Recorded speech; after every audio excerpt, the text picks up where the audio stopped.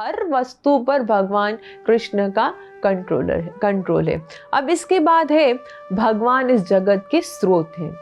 तो इसमें भी हम काफ़ी प्रूफ के साथ इस बात को साबित करने का प्रयास करेंगे कि भगवान किस प्रकार से स्रोत आदि, यानी कि भगवान के पीछे कोई भी नहीं है, भगवान का कोई भी पिता नहीं है।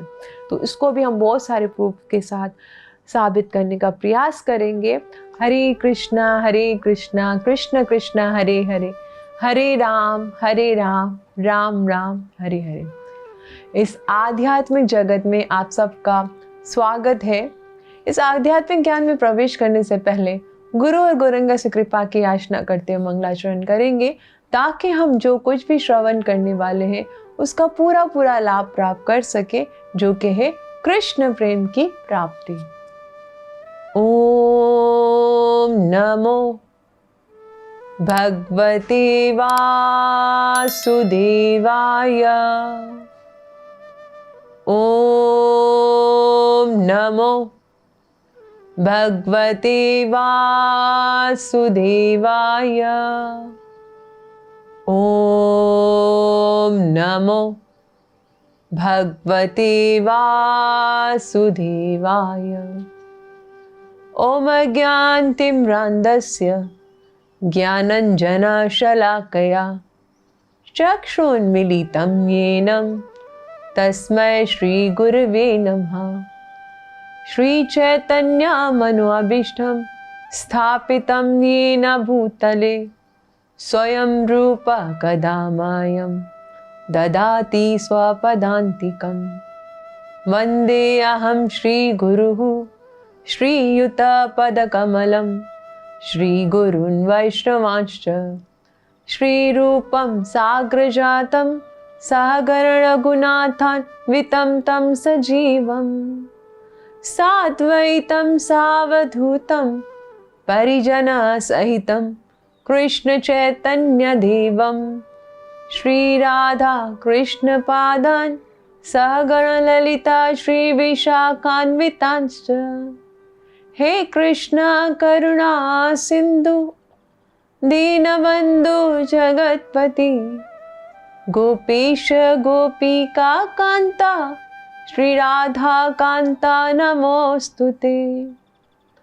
तप्त कांचन गौरंगी श्री राधे वृंदावनेश्वरी वृषभानुसुते देवी प्रणमामि हरिप्रिया। वाञ्छाकल्पतरुभ्यश्च कृपा सिन्धुभ्येव च पतितनां पावनेभ्यो वैष्णवेभ्यो नमो नमः। जय श्री कृष्ण चैतन्य प्रभु नित्यानंदा श्री अद्वैत गदाधार श्रीवासादि गौर भक्तवृंदा। हरे कृष्ण कृष्ण कृष्ण हरे हरे, हरे राम राम राम हरे हरे। श्रीमद् भगवद गीता मात की जय। मोक्कं करोतु वाचालं पंगुं लंघयते गिरं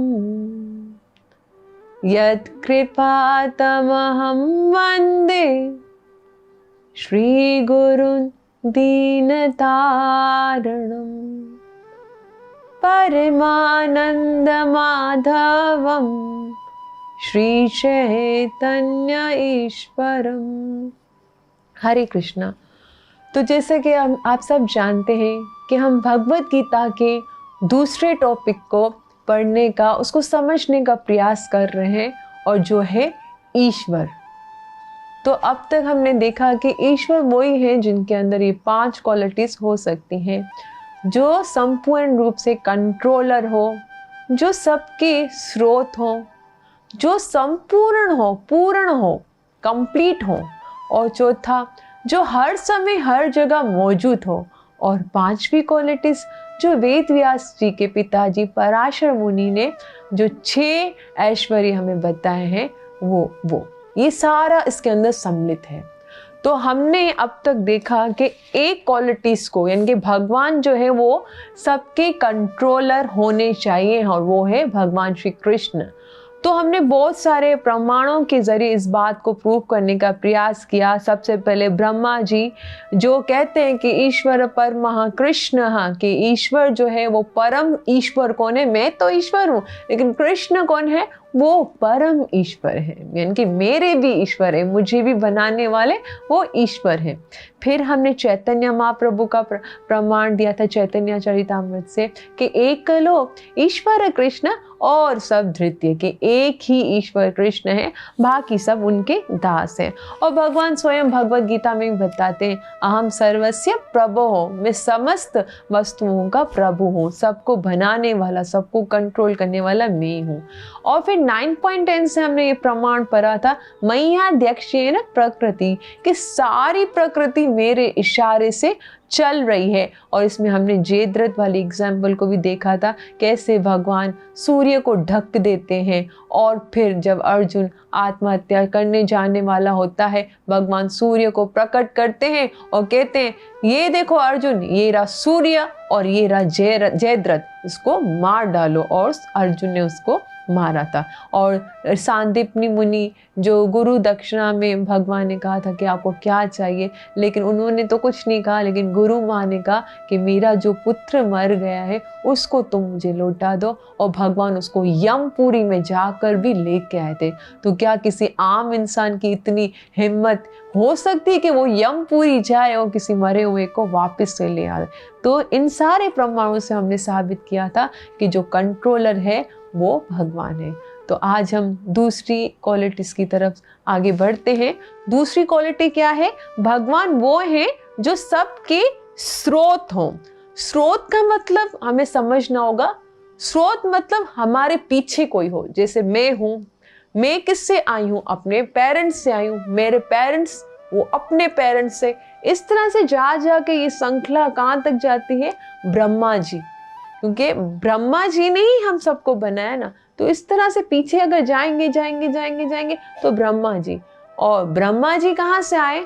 ब्रह्मा जी आए, ब्रह्मा जी से उत्पन्न हुए हैं मनु और शत्रुपा, और हम सब मनु महाराज की ही संतान है, इसलिए तो हमें मनुष्य कहा जाता है। मनु मतलब मनुष्य, मनुज, ज मतलब जन्म, जो मनु से जन्मे हो, जो मनु महाराज से उत्पन्न हुए हो, उसको कहते हैं मनुष्य। साइंस क्या कहती है? अगर हम देखें, साइंस इस चीज को नहीं मानती कि हम मनु महाराज के औलाद हैं। हमें तो अपने धार्मिक शास्त्रों को मानना है, साइंस को थोड़ी मानना है। साइंस क्या कहती है कि हम सब बंदर की औलाद थे, पहले हम सब के सब बंदर थे।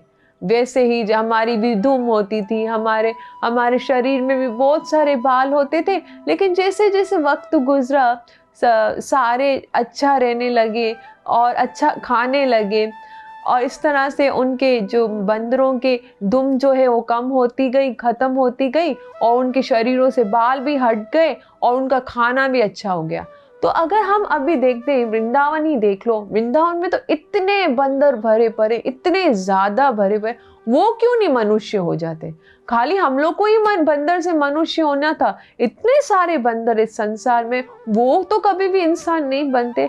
तो ये बिल्कुल ही गलत तर्क है कि हम सब पहले बंदर थे या बंदर की औलाद है, ऐसा कुछ भी नहीं है। हमें जो शास्त्रों में लिखी हुई बात है उनको ही मानना होगा। शास्त्रों में यही है कि हम सब मनु महाराज, मनु और शत्रुपा की संतान है।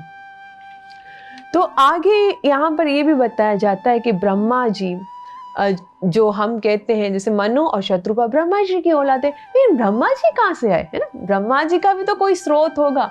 तो ब्रह्मा जी के स्रोत हम अक्सर देखते हैं, कैलेंडर या एक तस्वीर होती है, ब्रह्मा जी कवल के फूल के ऊपर बैठे होते हैं, और वो कवल का फूल कहाँ से निकलता है?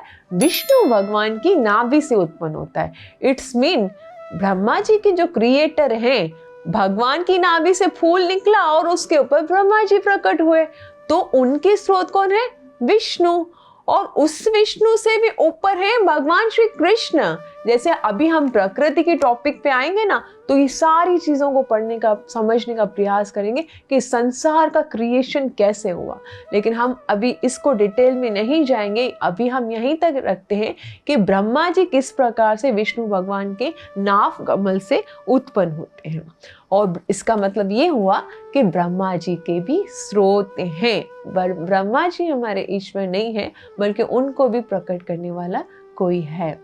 और ब्रह्मा जी तो खुद ही बताते ना कि ईश्वर परमा कृष्ण, मेरे ईश्वर भी कृष्ण है, वो खुद हम लोग को बताते हैं।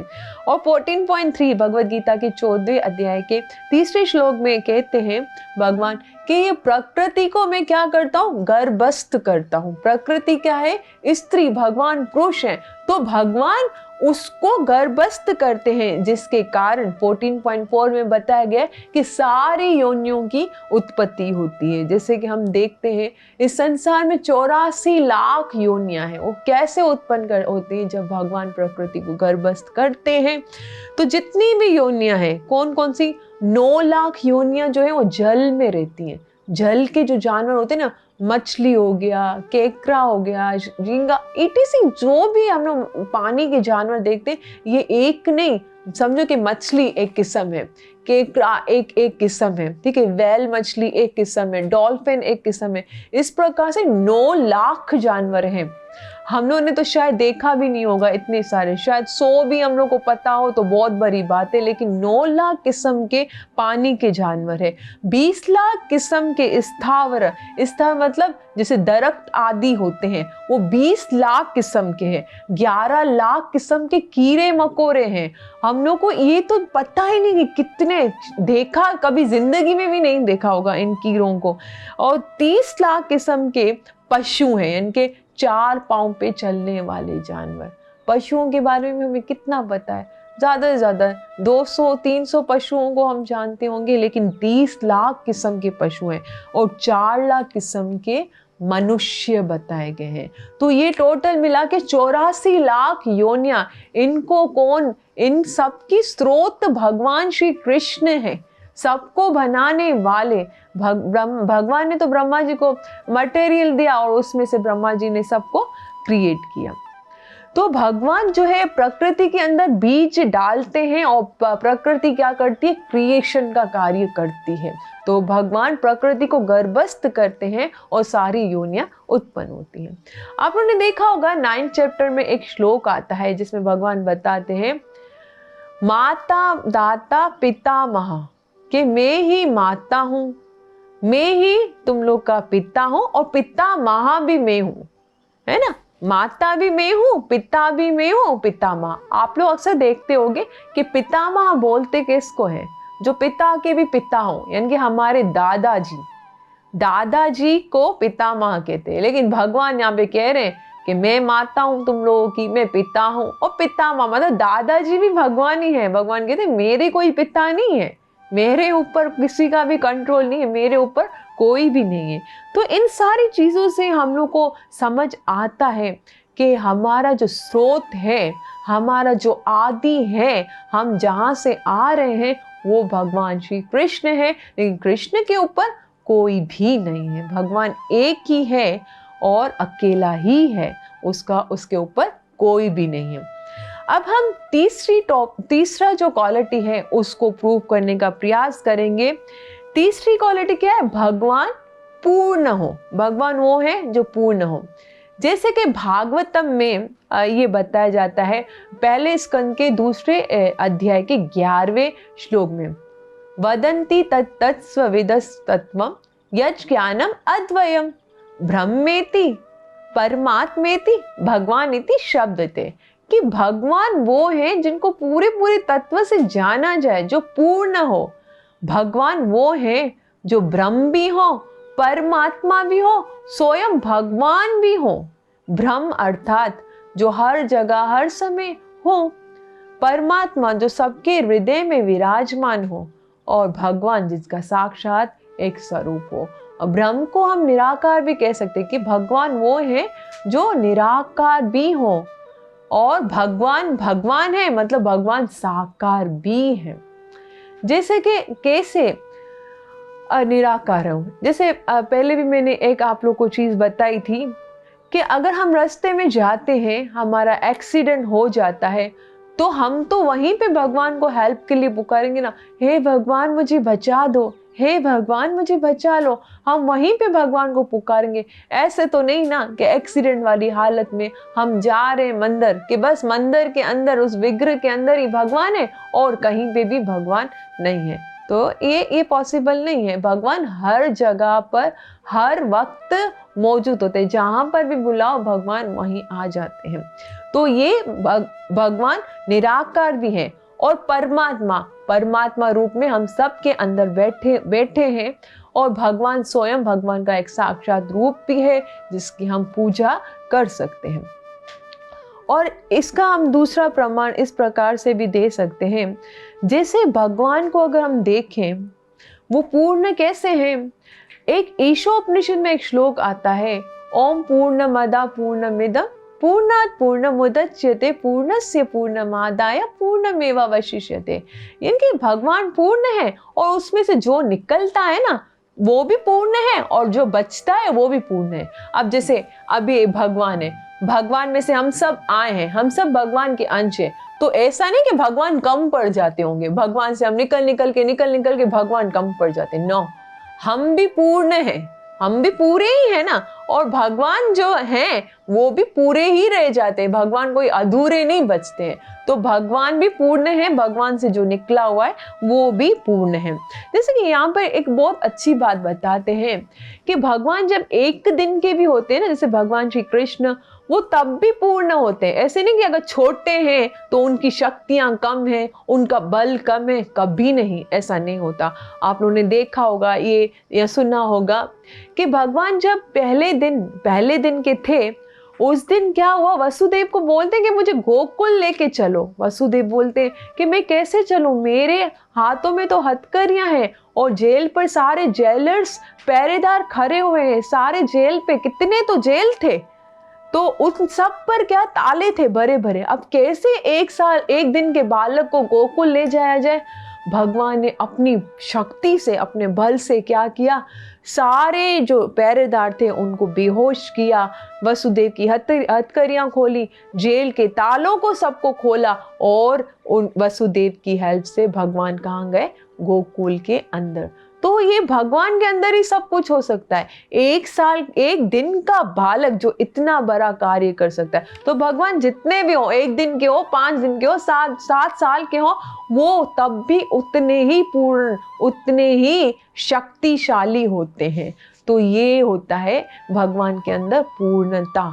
भगवान छोटे हो या बड़े हो, भगवान पूर्ण ही होते हैं। जिस भी आयु में होते हैं, संसार में जब आते हैं, तब भगवान की शक्तियाँ पूर्ण रूप से कार्य कर रही होती है। तो यहाँ तक हम लोगों ने 3 क्वालिटीज़ को अच्छे से समझा। पहली क्वालिटी क्या थी, भगवान जो है वो कंट्रोलर होने चाहिए। दूसरी क्वालिटी क्या है, भगवान वो है जो सबकी स्रोत हैं, भगवान का कोई स्रोत नहीं। तीसरा क्या है, भगवान वो है जो पूर्ण हो।